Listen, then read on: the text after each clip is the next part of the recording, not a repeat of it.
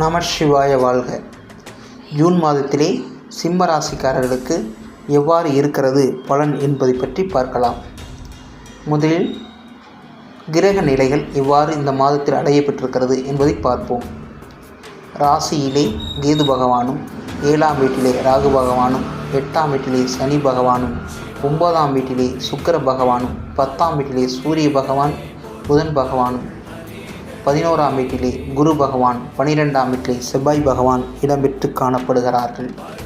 சரி, இப்படியெல்லாம் காணப்படுபவர்கள் இந்த மாதத்தில் பார்வை அடிப்படையில், ஆதிபத்தின் அடிப்படையில் நன்மை எவ்வாறு அளிக்கிறது என்பதை பற்றி பார்ப்போம். சிம்ம ராசி என்று சொன்னாலே தனித்துவம் நிறைந்தவர்கள், கௌரவமானவர்கள், எதற்கும் சலிக்காதவர்கள், போரிடக்கூடிய குணம் கொண்டவர்கள் என்று வருகிறது. அதன் அடிப்படையில் இந்த மாதத்திலே இருக்கக்கூடிய நிலை அடிப்படையில் தொழில்நிலையின் அடிப்படையில் பார்ப்போம். தொழில்நிலை என்று வரும் பொழுது, கனரக தொழில் என்று வரும் பொழுது இவர்களுக்கு எவ்வாறு இருக்கிறது? 10ஆம் வீட்டிலே சூரிய பகவான் புதன் பகவான் இடம்பெற்று காணப்படுவதன் அடிப்படையில் இந்த மாதத்தில் இவர்களுடைய தொழில்நிலை கனரக தொழில் மூலம் அதிக லாபத்தை பெறக்கூடிய அமைப்பாக பார்க்கப்படுகிறது. புதன் என்று வரும் பொழுது இவர்கள் இரட்டிப்பாக கிடைக்கக்கூடிய அமைப்பு, அதாவது 11ஆம் இடத்து அதிபதியும் சேர்க்கை பெற்று காணப்படுவதனால் இந்த மாதத்தில் இவர்களுக்கு பொருளாதாரத்தில் உயர்ந்து காணப்படக்கூடிய அமைப்பாக பார்க்கப்படுவது. கனரக தொழில் என்று வரும் பொழுது கனிம வள தொழிலத்தின் அடிப்படையில் இவர்கள் செய்வார்கள், ஆனால் இவர்களுக்கு அதிக லாபத்தை பெறக்கூடிய அமைப்பாகவும் பார்க்கப்படுகிறது. ஆர்டர்கள் அதிகமாக குவியக்கூடிய நிலையும், ஏற்கனவே வைத்திருக்கக்கூடிய ஆர்டர்களினுடைய அடிப்படையில் விலை ஏற்றத்தினுடைய அடிப்படையும், பொருளாதார புறக்காரணிகள் அதாவது வெளிநாட்டு காரணிகள் உள்நாட்டு காரணிகளின் அடிப்படையில் இவர்களுக்கு லாபத்தை கூட்டித்தரக்கூடிய அமைப்பாகவும் பார்க்கப்படுகிறது. போர்நிலை மற்றும் டாலரினுடைய ஏற்ற இறக்கத்தின் அடிப்படையில் இவர்களுக்கு லாபத்தை கூட்டித்தரக்கூடிய அமைப்பாகவும் பார்க்கப்படுகிறது. அடுத்தது, பூமி மட்டத்துக்கு மேல் இருக்கக்கூடிய தொழில் உற்பத்தி, அதாவது விவசாயம், கால்நடை வளர்ப்புகள் மற்றும் மதிப்பு கூட்ட செயல்களுடைய செயல்கள் இவற்றின் அடிப்படையில் பார்க்கப்பட்டால் இவர்களுக்கு மிகவும் அற்புதமான நிலையாக பார்க்கப்படுகிறது. விவசாயத்தின் அடிப்படையில் இவர்களுக்கு உயர்வு நிலை ஏற்படுகிறது. உயர்நிலை வளர்த்தல், அதாவது ஆடு, கோழி,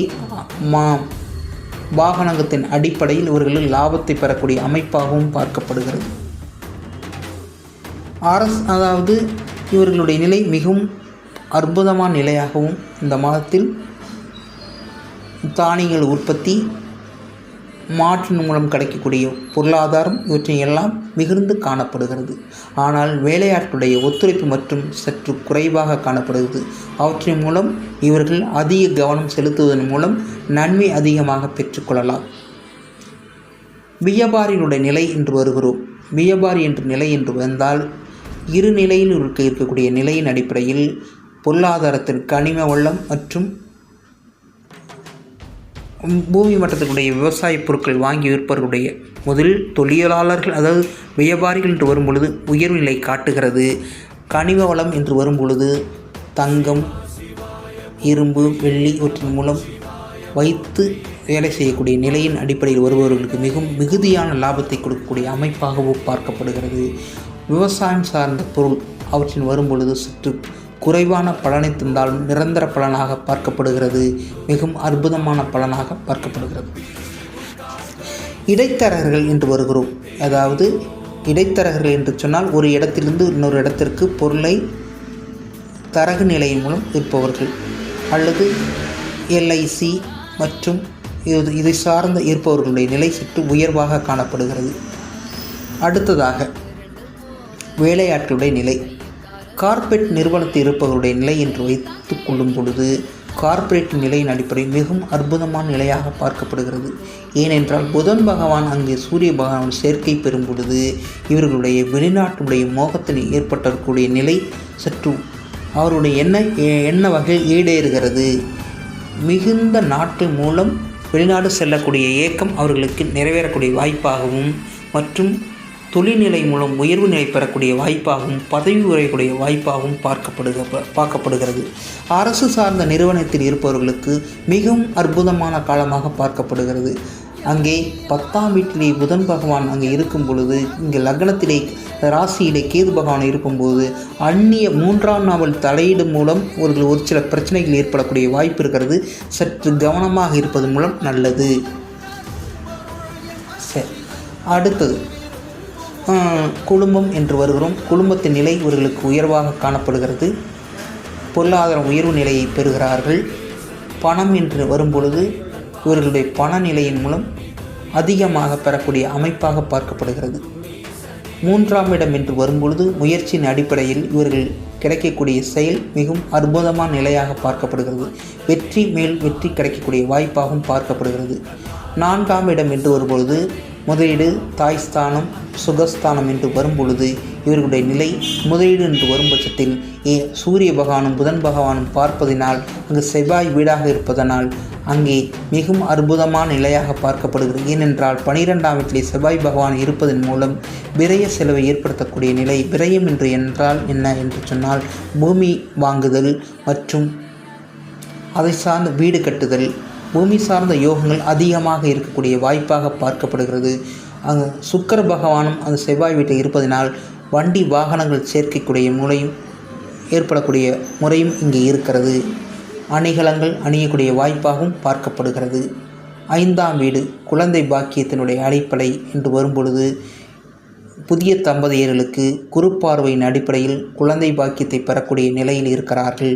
பெருமை மிகுந்தவர்களாக மாறுகிறார்கள். நற்சிந்தனை பெற்றவர்களாக வருகிறார்கள். குலதெய்வத்தின் மூலம் அருளை பெறக்கூடியவர்களாகவும் இருக்கிறார்கள். 6ஆம் வீடு என்று வரும்பொழுது 6ஆம் வீட்டினுடைய தடை தாமதம் இவற்றையெல்லாம் சரி செய்யக்கூடிய நிலை என்று வரும்போது செவ்வாய் பகவானுடைய பார்வையின் அடிப்படையில் தடை தாமதத்தை தகர்த்து வெற்றியடையக்கூடிய வாய்ப்பையும் எதிரிகளை வெற்றியடையக்கூடிய வாய்ப்பாகவும் பார்க்கப்படுகிறது. 7ஆம் வீடு என்று வரும் பொழுது 7ஆம் வீட்டிலே எதிர்பாலினம், ஆணாக இருந்தால் பெண், பெண்ணாக இருந்தால் ஆண், புதிய திருமணம், அதாவது திருமண வாழ்க்கை இருப்பவர், திருமணத்திற்காக காத்து கொண்டு இருப்பவர் நிலை இந்த மாதத்தில் புதிய வாய்ப்பாக பார்க்கப்படுகிறது. கணவன் மனைவி அமையக்கூடிய வாய்ப்பாக இருக்கிறது. தொழில்நிலை சார்ந்து இருக்கக்கூடிய கூட்டாளியுடைய நிலை சற்று உயர்வாக காணப்படுகிறது. நண்பர் மூலம் ஆதாயம் கிடைக்கிறது. அரசியல்வாதிகளுடைய நிலை சற்று உயர்வாக காணப்படுகிறது. பொதுமக்களுடைய நற்பன்மை பெறக்கூடிய அமைப்பாக பார்க்கப்படுகிறது. 8ஆம் வீட்டிலே சனி பகவான் இருப்பது சற்று சுணக்கமான பகுதியாகவும் பார்க்கப்பட்டால் ஆயுள் நிலை அடிப்படையில் இவர்கள் உயர்நிலை அடைகிறார்கள். நோய்வாய்ப்பட்டவர்கள் அந்த மேன்மை அடையக்கூடிய வாய்ப்பாகவும் பார்க்கப்படும். முன்னேற்றத்தை பெறக்கூடிய வாய்ப்பாகவும் பார்க்கப்படுகிறது. 9ஆம் வீடு என்று வரும்பொழுது அவருடைய பூர்வ புண்ணியத்தின் அடிப்படையிலும் அவருடைய மூதாதையருடைய அடிப்படையில் ஆசீர்வாதத்தை பெறக்கூடிய அமைப்பாகவும், தொழில்நிலையிலுடைய தர்மகர்த்தா நிலையிலும், கோயில் கட்டக்கூடிய நிலையும், ஒரு சிலருக்கு தீர்த்த யாத்திரைகளில் செல்லக்கூடிய நிலையும், புதிய வகை பாக்கியத்தை பெறக்கூடிய அமைப்பாகவும் பார்க்கப்படுகிறது. 10ஆம் வீடு என்று வரும்பொழுது சூரிய பகவான் புதன் பகவான் இருப்பது மிகவும் அற்புதமான நிலை. தொழில்நிலை சார்ந்தவர்களுக்கு கர்மாநிதியாக பெற்றவருடைய நிலையை அளித்து அவர்களுடைய புதிய பார்வைக்கு செல்லக்கூடிய அமைப்பாகவும் பார்க்கப்படுகிறது. 11ஆம் வீட்டிலே குரு பகவான் இருப்பது மிகவும் அற்புதமான காலங்களாக பார்க்கப்படுகிறது.